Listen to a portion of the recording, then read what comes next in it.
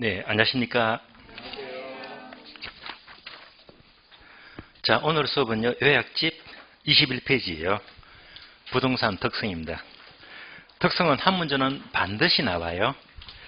자, 특성 보기 전에 제가 지난주에 숙제를 내드렸거든요.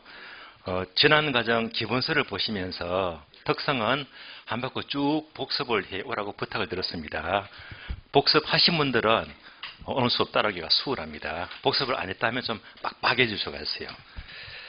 자, 그리고 자료 다 받으셨겠지만 자료가 오늘 한 장 더 많죠. 원래 두 장씩 나갔는데 석 장이죠. 한 장은 강의 노트, 두 번째는 이제 수요 공급 비교 정리표가 나와요. 세 번째가 유형별 출제 포인트 지문 있잖아요. 자, 그럼 이제 강의 노트 보시면 돼요. 강의 노트.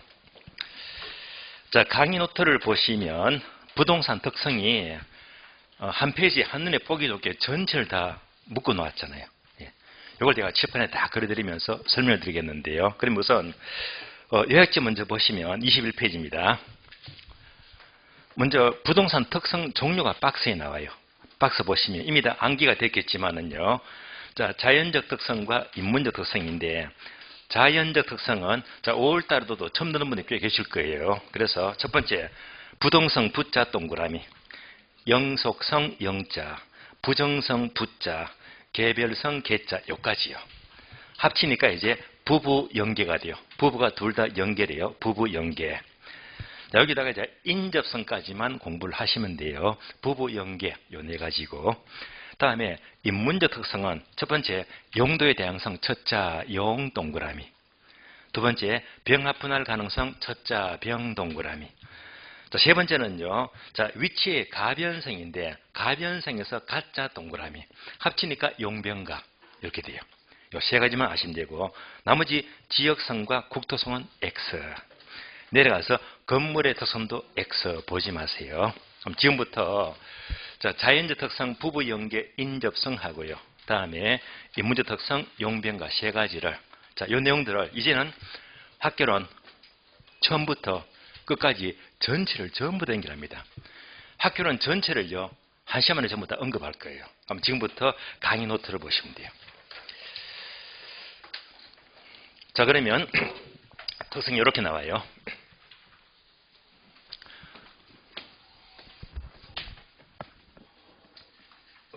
네. 자, 먼저 부동성입니다. 다음에 부정성.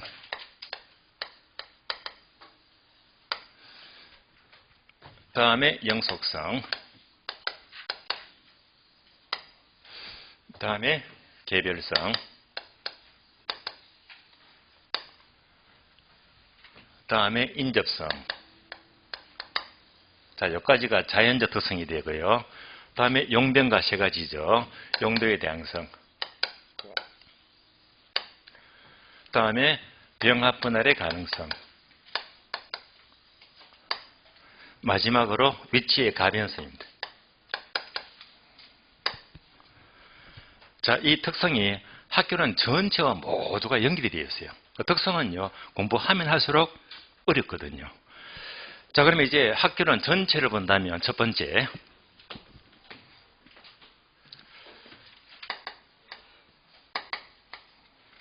부동산 총론입니다.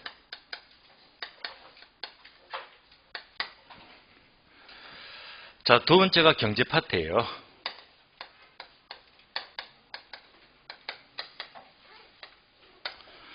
자, 경제는 크게 네 가지입니다. 네 가지. 첫 번째가 수요 공급 이론, 다음에 시장 이론, 다음에 경기 변동, 투자론. 이렇게 네 가지, 네 가지.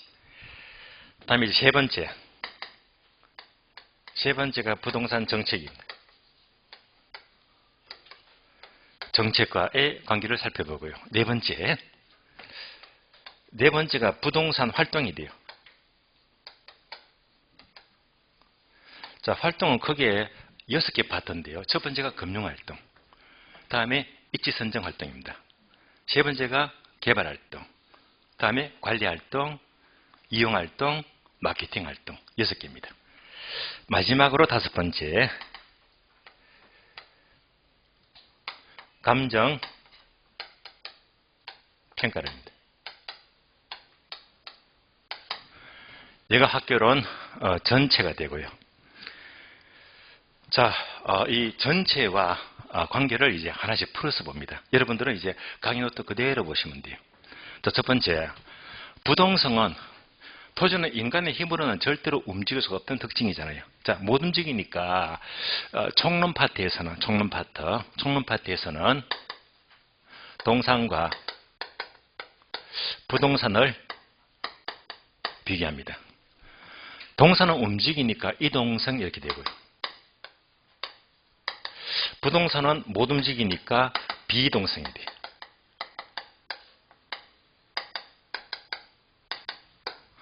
자, 이런 차이점에서 결국 부동산의 공시 방법이 달라지더라. 동산은 주로 공시하게 되면요, 움직이니까 내가 가지고 있으면 되는 거예요. 점유. 자, 점유가 공시 방법이 되고, 부동산은 이제 등기가 필요하죠. 등기. 이런 파트가 이제 총론적인 파트가 됩니다.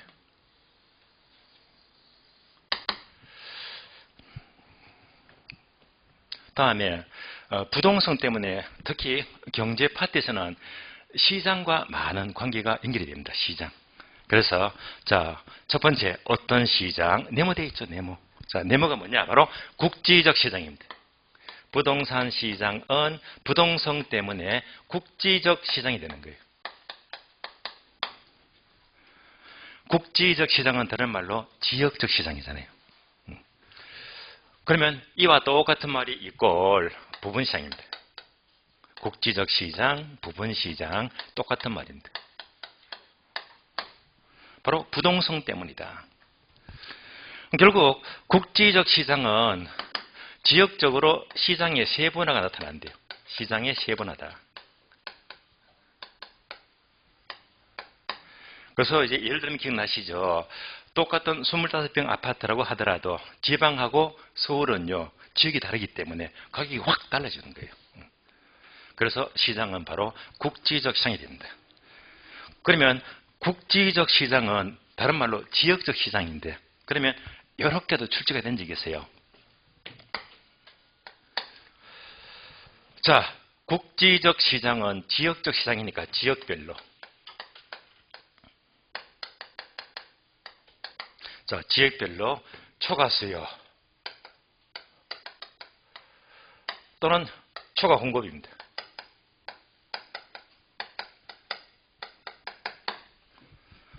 자, 어느 지역에 개발 호재가 엄청 많으면요. 엄청 많으면 인구가 모이잖아요. 바로 초과 수요가 돼요. 공급을 자꾸 늘리면 초과 공급이 된다. 그래서 지역별로 초과 수요, 초과 공급이 나타나는 것은 무엇 때문에? 부동성 때문에. 부동성. 그래서 초과 수요 공급 나왔다고 절대 수요 공급을 오해하시면 안 돼. 바로 즉 부동성 때문에 지역별로 초과 수요, 초과 공급이 나타납니다. 다음에 부동성 때문에 부동산 시장은 불안전 시장이 돼요. 완전 경쟁 시장이 아니라 불안전 시장이 되기도 한다. 그리고 부동성 때문에 부동산 시장은 추상적 시장이 돼요.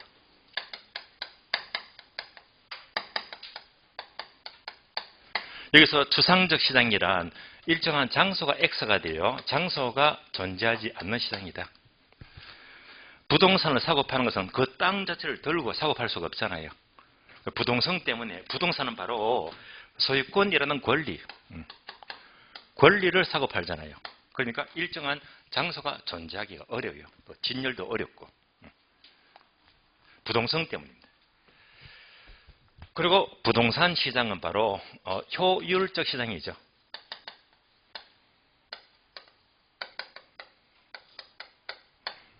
여기서 효율적 시장은 어떤 정보? 정보가 지체 없이 즉각 가치 반영이 돼요. 그래서 아마 시장을 공부하신 분들은 거기 세 가지 있었죠. 약성 효율적 시장, 준강성, 강성 세 가지입니다. 그런데 부동산은 자 효율적 시장 중에서도 어디까지? 준강성까지죠. 준강성까지의 효율적 시장입니다. 즉, 과거나 현재 정보까지만 반영이 되고 있어요. 미래 정보는 알 수가 없잖아요. 그래서 부동성 하게 되면 주로 이렇게 많은 시장과 관계되더라. 예, 시장. 예. 다음에 정책 넘어가죠. 정책. 자, 부동산 정책에서는 특히 부동성과 바로 인접성이죠. 예, 이 두 가지가 서로 작용해서 네모되어 있죠. 네모. 강의 노트에 바로 외부 효과입니다. 외부 효과를 발생한다. 이것도 항상 A급이잖아요. 외부 효과를 발생한다. 외부 효과. 예를 들면 대상 토지가 있어요. 얘는 못 움직이니까 부동성이잖아요. 부동성인데 인접한 토지가 있더라. 인접한 토지가 전철 역이 들어서면 동네가 좋아진다고 했죠. 정의 외부 효과. 거꾸로 자 쓰레기 매립장이 생긴다면 동네가 나빠지겠다. 부의 외부 효과예요. 따라서 외부 효과하게 되면 이유가 두 가지입니다. 부동성과 인접성 때문이다. 그럼 이제 인접성이 나왔으니까 자 이렇게 쭉 넘어갑니다. 넘어가요. 인접성 나왔잖아요. 인접성 나왔다면 인접성에서도 자 정책이죠. 자 세 번째 정책과의 관계에서는 특히 외부 효과를 발생하더라.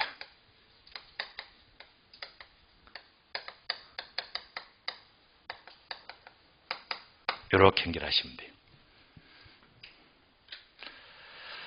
자, 이어서 정책하게 되면 부동성 때문에 모든 땅은요 용도지역이 있잖아요. 그래서 용도지역, 그래서 지역지구제의 근거를 제시합니다.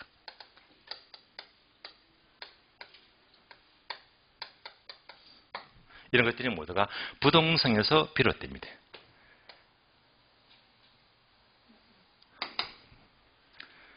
다음에 네 번째, 활동과의 관계를 보게 되면 특히 부동성 때문에 지역마다 자 정보가 다르잖아요.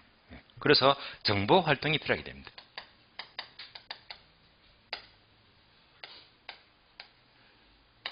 또 부동성 때문에 반드시 현장에 찾아가서 직접 눈으로 확인해야 됩니다. 바로 임장활동이죠. 따라서 임장활동이 필요한 것도 부동성 때문입니다.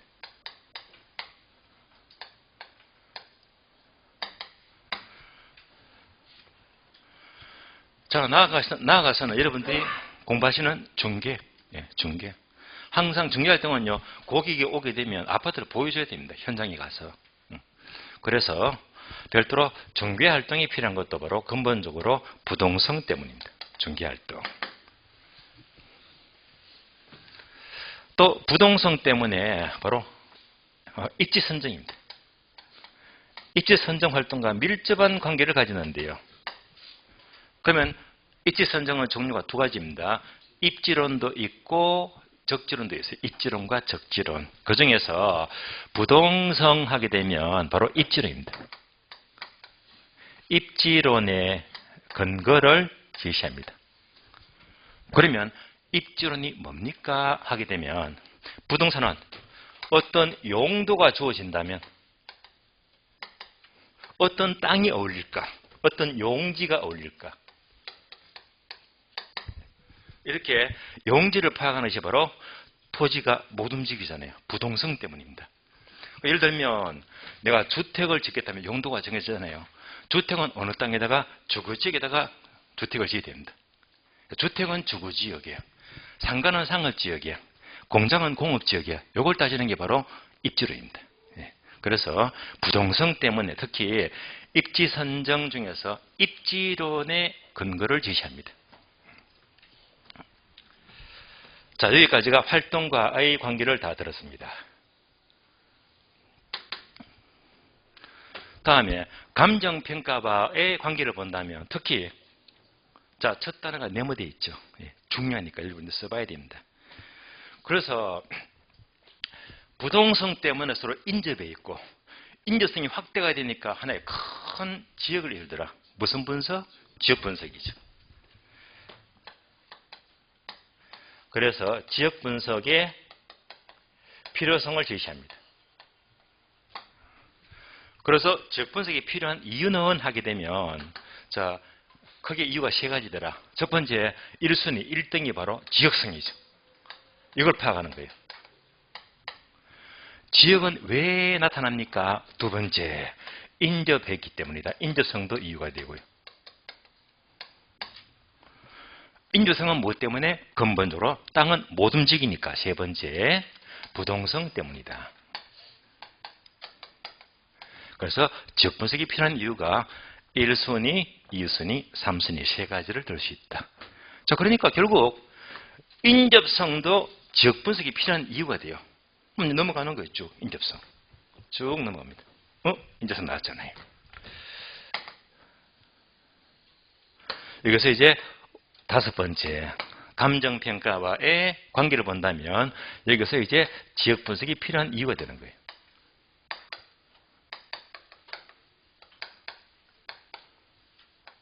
여기까지.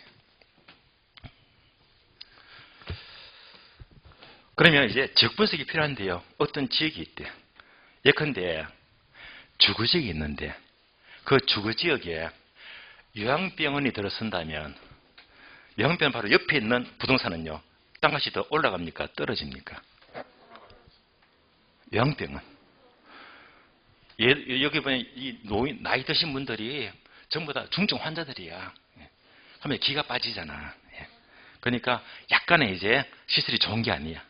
가치가 떨어져요. 그럼 이제 감가가 되겠지. 그러면 환경이 좋은 겁니까? 환경이 나쁜 겁니까? 나쁜 겁니다. 이렇게 외부 환경이 나빠. 이렇게 해서 가치가 떨어지는 것이 바로 경제적 감가가 돼요. 따라서 그 지역에 어울리지가 않으면 가치가 감가된다. 이를 경제적 감가 이렇게 불러요. 즉 경제적 감가는 환경이 나쁘대, 지역이 나쁘대요. 따라서 경제적 감가를 발생을 시킵니다. 결국 부동산하게 되면 자, 이 많은 항목들이 학교는 전체와 구구절절 관계가 되고 있습니다. 그래서 여기서 이제 지문을 5개만 뽑아내면 자, 1번, 2번, 3번, 4번, 5번 5개 뽑아내면 자체 독자적인 문제가 돼요.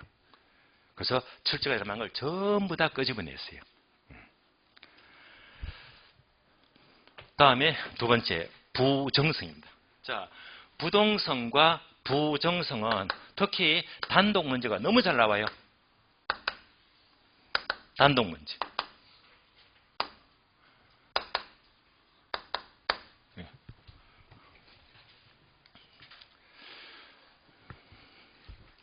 그래서 여러분들이 나중에 갖고 계신 기출표를 확인하시면, 기출표를 보시면 부동성만 묻는 게 무려 5번 나왔고 부정성만 묻는 게 무려 7번 나왔거든요. 그래서 특히 부가 집중도로 단독 문제로서 출제가 많이 되고 있더라. 요즘을 알 수가 있어요. 자, 부정성 넘어갑니다. 부정성은 토지는 절대 증가시킬 수가 없잖아요. 땅은 만들 수가 없어요. 부정성하게 되면 총론 파트, 총론적 관점에서는 바로 땅은 절대 증가 못 시키니까 그만큼 희소가치가 높아요. 희소성이 크다. 다른 말로 부족성이죠.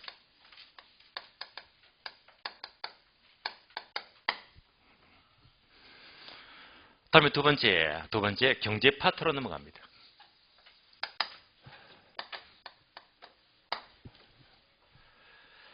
땅은 절대로 증가 못 시키는 거 있잖아요. 증가 못 시키는 게 물리적 공급입니까? 경제적 공급입니까? 물리적 공급이죠. 그래서 물리적 공급 X가 돼요. 부정성 때문에 물리적 공급을 절대로 증가시킬 수가 없다. 얘가 부정성입니다. 그러면 물리적 공급 부족 문제를 해결하기 위해서 이제 늘릴 수 있는 것은 경제적 공급입니다. 경제적 공급은 용도를 바꾸어서 얼마든지 공급을 늘릴 수가 있잖아요. 그래서 이렇게 해결할 수가 있잖아요. 경제적 공급은 다른 말로 용도적 공급이죠. 용도를 바꾸어서 공급을 늘릴 수 있잖아요. 그럼 예를 들면 수면 매립이나 택지 조성입니다. 그래서 이런 것들은 바로 용도를 바꾸니까 얘는 바로 용도의 다양성 때문이죠.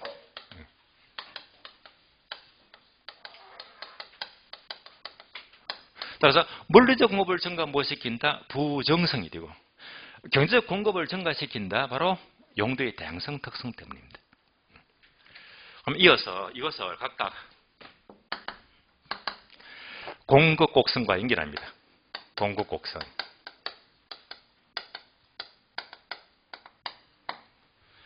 공급을 절대로 증가 못 시키면 공급 곡선이 수직이 되는 거 아시죠? 수직이 된다. 수직은 다른 말로 완전 비탄력적인데, 완전 비탄력적 공급이 되는 거예요.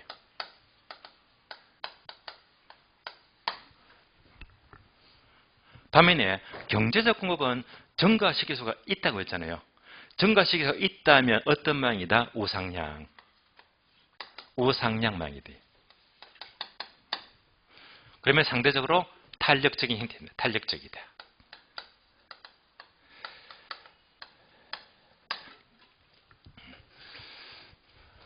왜 전부 다 노란 분별로 썼을까요?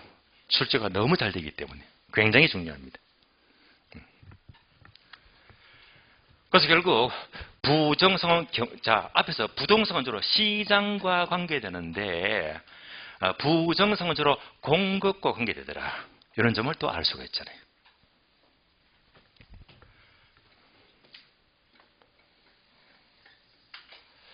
다음에 세 번째, 부동산 정책어로 연결합니다. 부정성은 땅을 증가시킬 수가 없기 때문에 언제나 토지가 부족하죠. 그래서 토지가 부족하다. 토지 부족 문제가 발생합니다.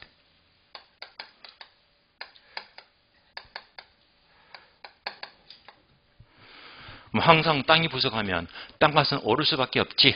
바로 집가고. 다른 말로 투기 문제가 극성을 부리잖아요.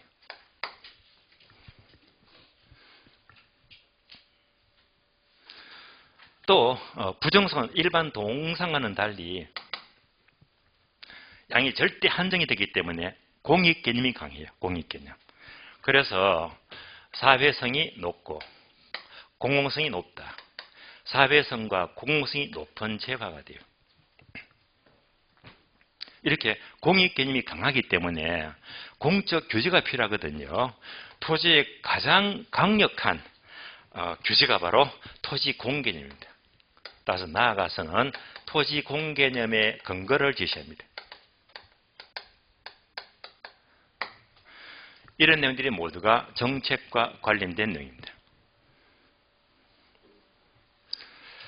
다음에 네 번째, 활동으로 넘어가죠. 활동. 자, 부동산 활동과의 관계에서는 부정성은 땅이 언제나 부족하잖아요. 부족하니까 어떻게 이용하더라? 주어진 땅이면 아주 높은 빌딩을 지어야 되겠죠. 그래서 네모되어 있죠. 바로 집약적 이용이죠. 그래서 부동산 이용활동은 집약적 이용이 필요합니다. 집약도가 높은 집약적 이용이 필요하다. 그러면 집약적 이용이 반대말이 바로 조방적 이용이죠. 그래서 조방적 이용하게 되면 틀린 말입니다. 이렇게도 출제가 된 적이 있어요. 조방적이 아니고 집약적 이용이 필요합니다. 다음에 부정성 때문에 지대를 발생하더라. 지대를 발생합니다. 자, 지대하기 때문에 우리가 따로 공간 구조론에서 또 지대는 따로 공부한 적이 있었는데요. 그러면 지대하게 되면 지대. 자, 간단히 그래프로 본다면 이런 그림이 돼요.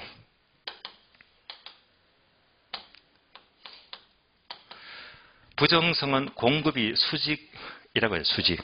공급이 수직입니다. 수직이다. 수요는 이렇게 움직이죠.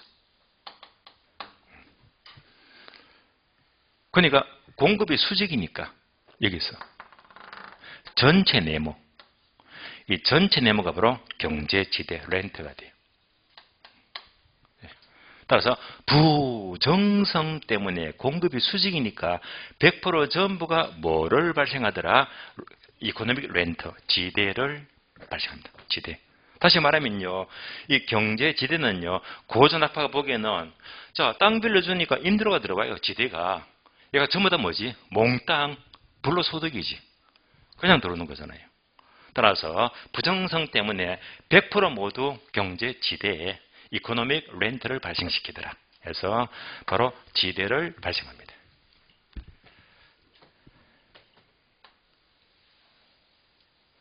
다음에 감정평가와의 관계를 볼까요? 5번째. 부정성은 땅은 절대 만들 수가 없다고 했잖아요. 그래서 혹시 네모안 돼 있어요? 네모돼 있죠. 얘가 바로 생산비 법칙입니다. 생산비 법칙과 거리가 멀어요. 즉 생산비를 투입해서 땅은 만들 수가 없다는 말입니다. 그럼 결국 생산비가 다른 말로 뭐지? 비용성이지. 비용을 투입해서 땅을 만들 수가 없잖아요. 그래서 이제 생산비, 비용성하게 되면 이것을 3방식과 연결하면 생산비, 비용성과 관계된 게 바로 원가법이죠. 원가 방식. 따라서 생산비 법칙이 적용되지가 않기 때문에 비용성 관점에서 원가법. 원가법을 원칙적으로 X입니다. 원칙적으로 적용할 수가 없다. 그러나 예외가 있어요. 예외. 자, 토지는 예외적으로 비용이 투입된 경우도 있죠.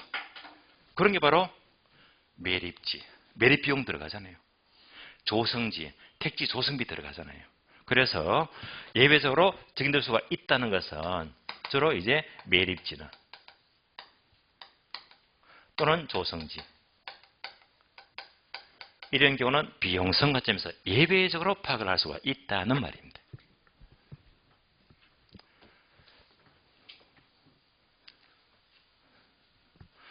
따라서 부정성을 각 파트별로 전체와 이렇게 연결되고 있습니다. 그래서 부정성만 묻더라도 이에 대한 설명이 다 틀린 것은 묻게 되면 지문 1번, 2번, 3번, 4번, 5번 5개 뽑아서 묻는 적이 무려 7번씩이나 나왔습니다.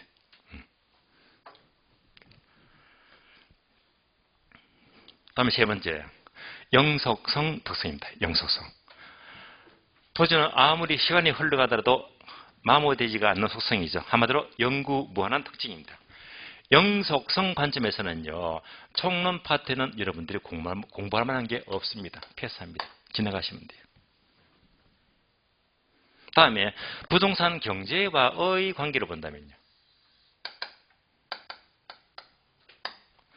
경제 파트에서는 특히 영속성 때문에 부동산은요, 소유이익과 이용이익으로 분리가 돼요. 이용이익으로 분리가 된다. 잘 나오는 지문이죠.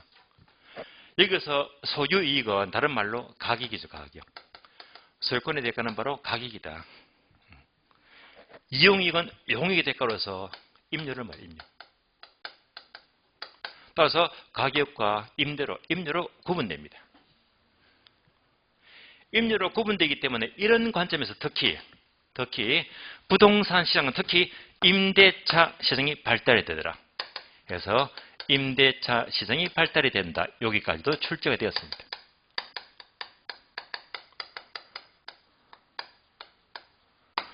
이런 것들이 모두가 영속성 때문입니다.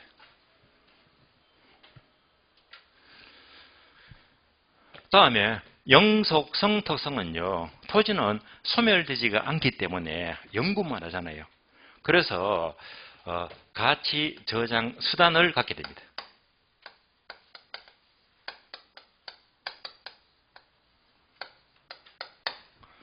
이런 이유에서 소멸되지가 않기 때문에 특히 사람들은 부동산 투자를 선호합니다. 투자가 필요한 이유가 되고요. 그러면 부동산 투자를 하게 되면 투자의 정점은 여러 가지겠지만 그 중에서도 소득이득과 자본이득이죠. 소득이득과 자본이득을 발생을 시키면 돼요.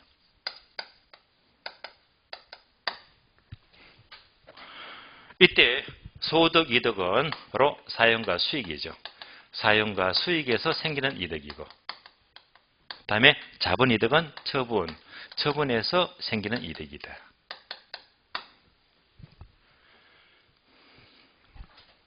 여기까지가 경제 파트에서의 관계를 말합니다.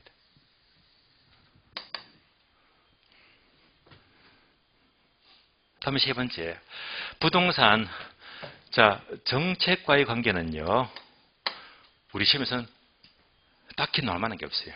얘도 공부할 게 없다. 패스입니다. 패스. 네 번째, 활동으로 넘어가죠. 활동. 부동산 활동과의 관계를 본다면 특히 영속성 특성 때문에 부동산 관리, 관리 활동이 강조가 됩니다. 즉, 부동산 관리를 잘 하게 되면 그 가치를 오랫동안 유지할 수가 있잖아요. 그래서 이것도 시간 개념, 영속성 때문입니다. 또 부동산 활동은 영속성 자체가 시간의 흐름, 시간 개념이기 때문에 특히 현재보다 장래가 중요합니다. 장래가. 그래서 부동산 활동은 장기적 배려가 요구됩니다. 부동산 활동은 장기적 배려가 요구된다. 이렇게 보시면 돼요.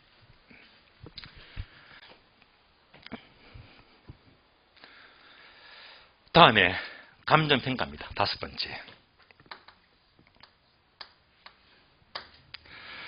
감정평가와의 관계에서는 영속성 특성 때문에 네모되어 있죠. 네모. 얘가 바로 부동산 가치. 밸류를 말해요. 가치, 밸류가 강조가 된다. 역시 그대로 출제가 된 적이 있고요. 가치 하게 되면, 가치. 얘를 해석하면요, 우리가 바로, 지지난주도 공부를 했었는데, 가치 하게 되면, 장래 모든 편익입니다. 장래 모든 편익을 현재 가치로 환원시킨 값이다. 장래 모든 편익의 현재 가치가 밸류, 가치가 돼요. 이게 전부 다 시간 개념이죠. 영속성 때문에, 영속성. 결국, 장래 편익의 현재 가치가 밸류, 가치가 된다면, 부동산 역시 장래가 중요하지. 장래가 중요하기 때문에 장래를 잘 예측하자 해서 예측의 원칙의 근거를 제시합니다. 예측의 원칙이다. 영속성 때문입니다.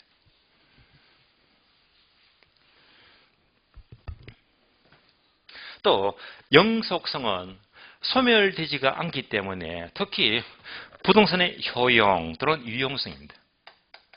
이것도 소멸되지가 않습니다. 유용성도 땡땡 영속적입니다.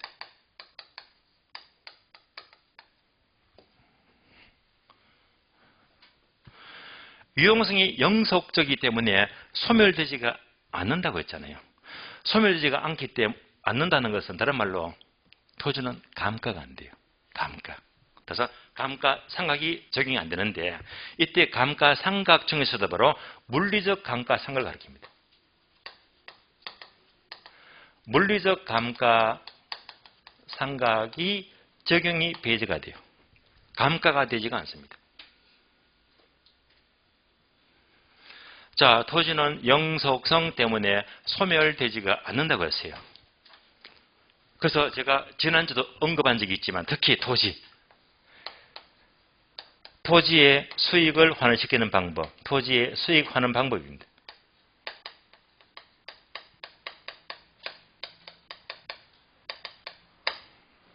그러면 수익 환원 방법은 아마 기억나실 거예요. 연상이다. 직직연상 들어보셨죠? 직직연상. 직직연상. 그래서 직접법, 직선법, 연금법, 상환기금법 해서 직직연상 이렇게 한 게 있잖아요. 그러면 직접법이 바로 토지죠. 토지. 토지는 영구무활하기 때문에 토지는 소멸되지가 않는다고 했어요. 그야말로 상각되지가 않는다고 했잖아요. 따라서 토지에 수익하는 방법은 바로 상각하지 않는 방법입니다. 상각이 필요가 없어요. 따라서 토지의 경우에 상각률이 제로가 돼요. 상각시키지 않는 방법을 이렇게 직접법이다. 그래서 땡땡 바로 직접법입니다.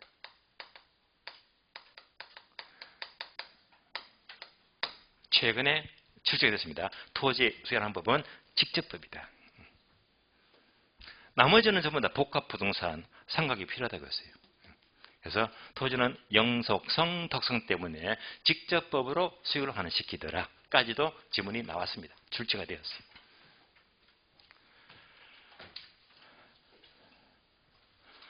자, 여기까지가 영속성과 관련된 모든 특징들을 파트별로 전부 다 나누어서 살펴보았습니다. 다음에 네 번째 개별성입니다. 개별성은 이 세상에 동일한 토지는 오로지 하나밖에 없다고 했잖아요. 똑같은 토지가 있을 수가 없어요. 따라서 첫 번째 총론 파트에서는 개별성 특성 때문에 부동산 학은 일반적인 원리나 일반적인 이론의 도출이 어려워집니다. 도출이 어렵다.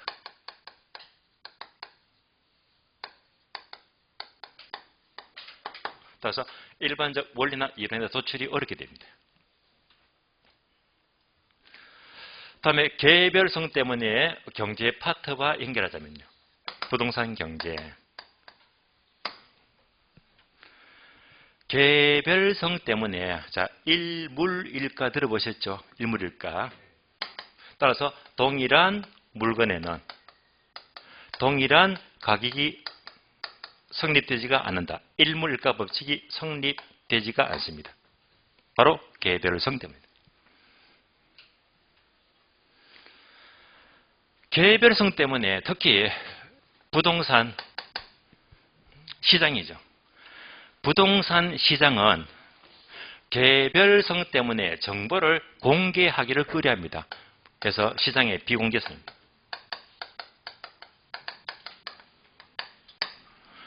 개별성 특성 때문에 유통체계가 조직화되지 않죠. 해서 시장의 비조직성입니다. 개별성 때문에 표준화가 어렵다. 비표준화성입니다. 그래서 부동산 시장이 BBB가 되더라. BBB. 그래서 BBB가 되는 것은 바로 개별성 특성 때문입니다.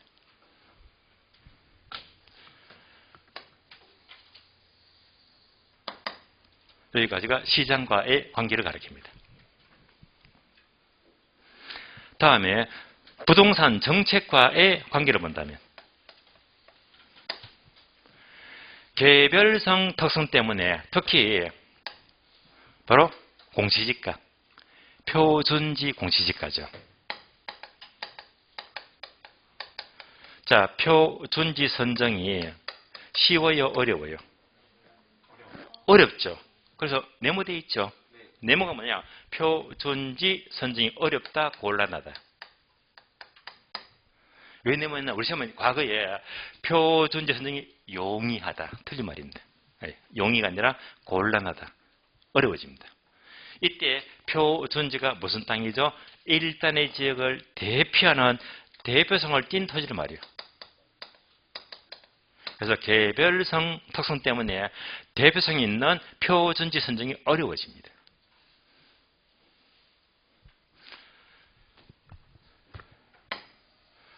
다음에 부동산 활동은요. 여기서 우리 시험에서는 공부할 거리가 없어요. 나올 게 없다는 말입니다.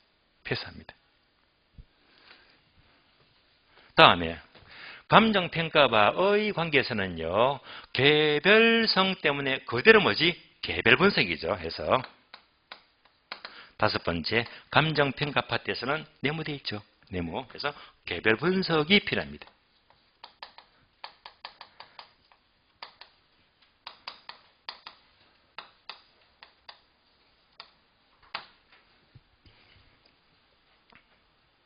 또 개별성 특성 때문에 바로 개별적 사정이 개입됩니다. 개별적 사정이 개입이 된다.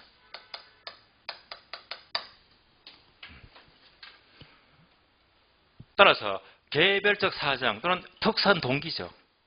이런 것들이 개입되기 때문에 이러면 가격이 덜쭉널쭉합니다. 그래서 이런 사정이 개입되게 되면 사정 개입이 없는 걸로 고쳐주자. 이것을 다른 말로 사정보정 작업 이렇게 불러요. 사정보정 작업이 필요합니다. 혹시 3방식에서 거래사례 비교법 들어보셨죠? 거래사례 비교법은 공식이 사시지계면 곱한다고 했잖아요. 이때 바로 사정보정입니다.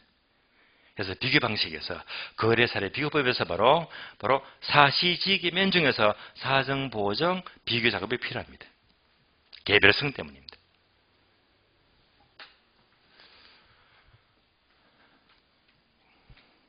자, 이상으로 부부 연계까지를 보았고요.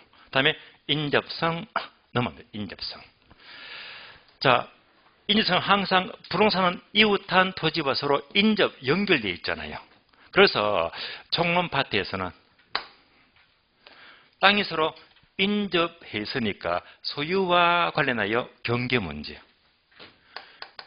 문제가 발생합니다. 경계. 여러분들은 주로 민법에서 공부하시죠. 민법에서. 자, 대상 토지가 있어요. 인접한 땅이 있다. 그럼 중간에 뭐가 있죠? 담이 있죠. 담. 그럼 담 너머로 이렇게 나무가 가지가 넘어와요. 벌레가 막 떨어집니다. 뿌리가 막 넘어오잖아요. 이런 이웃한 토지 간의 이용관계 조절을 도모한 것이 바로 민법에서 상린관계, 임미시원이죠. 그래서 상린관계의 근거를 제시합니다. 그래서 상린관계.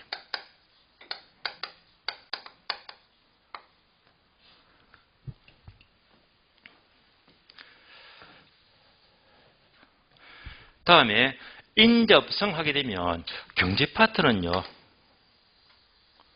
우리 시험에서 철저될 게 전혀 없습니다. 얘도 연합해서 합니다. 넘어가요. 다음에 부동산 정책과의 관계에서는 이미 보았지만은 외부 효과를 발생한다.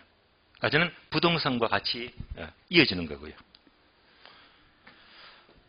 또 어느 지역이 크게 개발된다면 인접한 토지가 땅값 많이 올라가죠.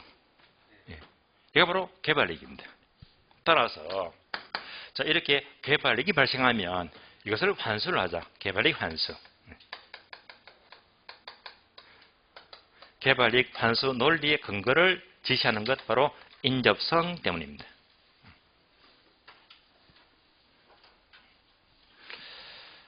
다음에 네 번째, 활동과의 관계에서는 네 번째죠.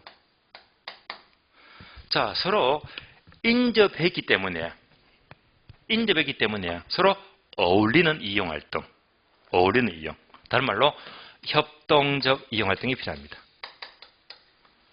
협동적 이용활동이 필요하다. 개별적 이용이 아니라 서로 어울리는 협동적 이용이 필요하게 됩니다. 그리고 감정평가에서는 자, 인접했으니까 지역을 이루게 되고 나아가서는 지역 분석이 필요한 이유가 됩니다. 여기까지요. 자, 여기까지가 바로 자연적 특성과 학교는 전체를 전부 다 끄집어냈습니다. 끄집어냈어요. 자, 이제 인문적 특성 용병가로 넘어갑니다. 용병가.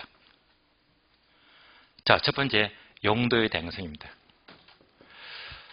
자, 토지는 민간이 이용하니까, 자, 주택 지을까, 상가 지을까, 공장을 지을까, 여러 가지 다양한 용도로 활용할 수가 있잖아요. 용도의 다양성입니다. 용도가 다양하다면 용도가 바뀔 수도 있죠. 용도가 바뀌는 땅을 지난주에 후보지 또는 이행지다. 예. 그래서 총론 파트에서는 특히 용도가 바뀌는 땅 후보지 또는 이행지다. 이런 개념을 성립하게 합니다. 다음에 두 번째. 자, 부동산 경제 파트죠. 자, 경제와의 관계에서는 땅은 절대로 증가시킬 수가 없지만은 용도를 바꿔서 얼마든지 공급을 낼 수가 있다고 했잖아요. 바로 경제적 공급입니다.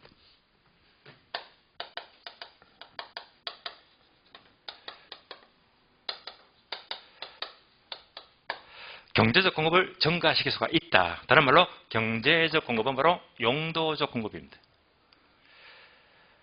자, 이런 예들이 우리 시험은 자주 나왔거든요. 그래서 항목 4개 있죠. 1번, 2번, 3번, 4번. 여러분들이 써봐야 됩니다. 첫 번째는요, 수면 매립입니다.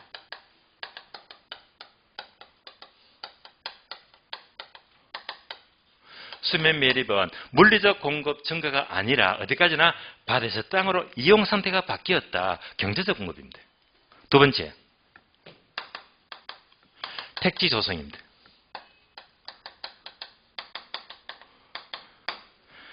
임야를 개발행위 허가 받아서 공장 부지로 바꾸었대. 택지로 조성했잖아요. 이런 경우도 공급이 늘어났죠. 바로 경제적 공급입니다. 세 번째, 후보지나 이행지도 용도가 바뀌는 땅이잖아요. 그래서 공급이 늘어나면 경제적 공급입니다. 네 번째, 집약적 이용입니다.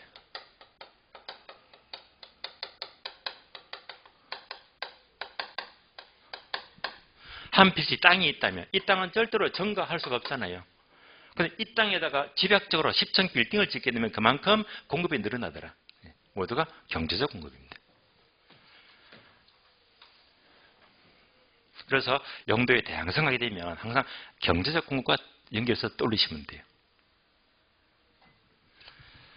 다음에 세 번째 3편입니다. 부동산 정책과의 관계를 보자.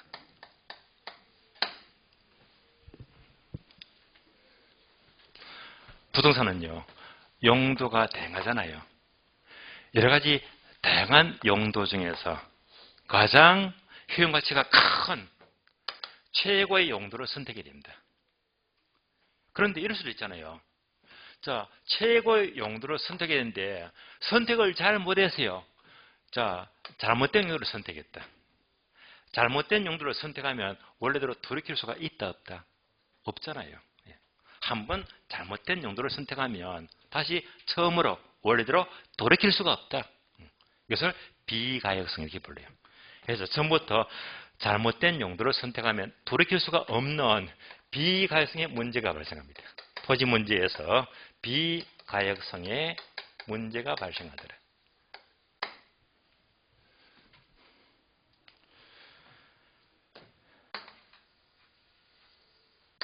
다음에 네 번째, 활동과의 관계에서는 활동, 특히 용도가 다양하기 때문에 특히 입지 선정이었어요. 자, 입지 선정은 부동산의 적절한 용지를 찾거나 용도를 찾는 거잖아요. 용지나 용도를 찾는 것이다. 이때 용도를 찾는 것이 바로 용도의 다양성 때문입니다. 이때 용도를 찾는 것을 적지론 이렇게 불러요. 적지론. 그래서 적지론의 근거를 제시합니다. 적지론. 그러면 적지론 하게 되면 부동산은 먼저 어떤 자, 땅이 주어지면 용지가 주어지면 어떤 용도로 활용할까? 어떤 용도? 이 말은요. 자, 땅이 있어요. 이 땅이 주거지기 땅이면 주택 용도를 결정해야 됩니다. 공업적이면 공장을 지어야 됩니다. 상업적이면 상가를 지어야 됩니다. 이렇게 이제 용도를 찾는 것을 적지론 이렇게 불러요. 적지론. 그래서 적지론의 근거를 제시해야 합니다.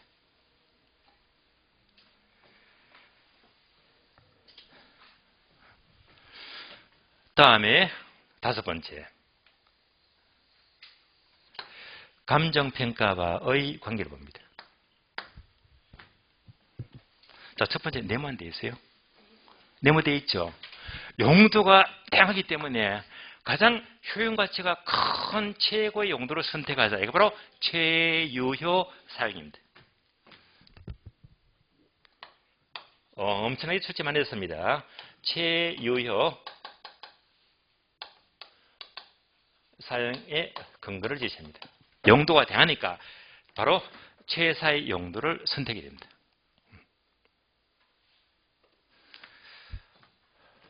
또 가격 다원설 나왔죠. 가격 다원설. 가격 다원설.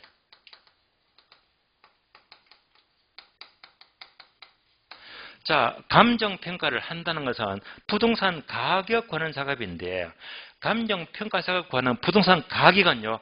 다른 말로 시장가치지. 얘가. 시장가치. 바로 시장가치. 밸류를 말해요. 시장가치. 그럼 요 파트는요. 여러분들 요약집 보시면 요약집. 요약집 232페이지 볼래요. 요약집 232페이지. 232페이지 봅니다.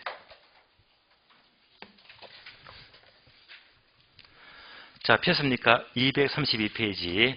가치, 밸류가 가격, 프라이스 나와 있잖아요. 요 과정도 그 4월 달에 설명을 충분히 드렸는데, 표를 보시면, 가격은 프라이스, 가치는 밸류다. 자, 가격은요, 시장에서 지불된 금액이다. 매매 금액입니다. 반면에 가치는요, 장래 모든 편익을 현재 가치로 환원 값이다. 이렇게 봤을 때, 아마 제가 이렇게 예를 들었습니다. 가치, 이꼴 가격, 플러스 마이너스 오차다. 이렇게 설명을 드렸고, 이때 가치가 밸류가 되고요. 가격은 프라이스다. 그럼 얘만 떠올리자. 어떤 땅이 1억짜리, 1억짜리 땅인데 이 땅은요. 누가 사더라도 1억에 사야 돼. 얘가 적정 가치가 돼. 그런데 이 땅 가진 사람이 워낙 급한 사정에 급매, 싸게 팝니다. 싸게. 그래서 20% 싸게 팔았다면 금매 가격이죠. 얼마? 8천만 원이지. 이렇게 매매했잖아요. 이렇게 매매된 금액이 바로 가격 프라이스가 되고 적정 가치는 1억이 된다. 이렇게 설명해 드렸잖아요. 그러면 이제 제가 설명해 드리면서 공인중개사는 바로 이렇게 중개를 했잖아요. 얘가 실거래 가격입니다. 이걸 신고해야 됩니다. 중개사는요. 1억짜리를 8천에 팔 수도 있고 1억 천에 팔 수도 있고 1억에 팔 수도 있고요. 그러니까 이제 중개사는 바로 프라이스, 매매 가격이 전문가가 되고 다음에 감정평가사는 아무리 이렇게 싸게 매매더라도 적정 가치로 이렇게 평가를 해야 됩니다. 밸류의 전문가입니다.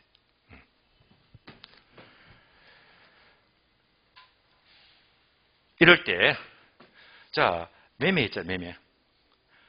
특정 시점에서, 동일한 시점에서 매매는 뭐지? 딱 한 번입니다. 그래서 이때 가격은요, 하나만 존재합니다. 하나만 존재해요.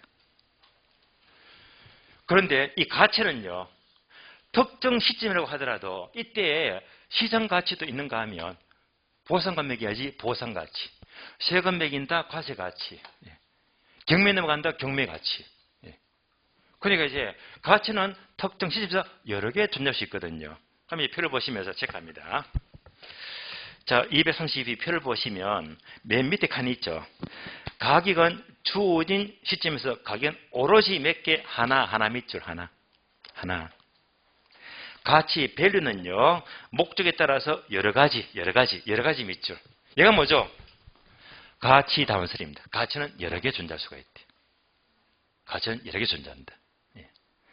그래서 제가 지난달 4월 달에 설명하다가 제가 입이 좀 삐었나 봐요. 그러면서 가치는 여러 개 하면 맞잖아요. 가격은 하나이다 하면 맞는 말이거든요. 맞는 말인데 제가 필기는 안 하고 말로 하면서 이 말을 틀렸다고 표현했나 봐요. 제가 입이 삐뚤어져 가지고 잠시 입이 오버해 버렸어요. 어쨌건 정정해 들었으니까 자, 가치는 여러 개, 가격은 하나이다 해서 다시 정정을 했는 점을 참고로 하시고요. 자, 다시 이제 강의 노트 보시면 돼요. 강의 노트. 그래서 자, 용도의 다양성 때문에 학교는 전체에서 이렇게 많은 부분들이 연결되고 있습니다. 자, 용병가 중에서 나머지 내용들은요, 다음 시간 쉬었다가 설명을 드리겠습니다. 쉬겠습니다.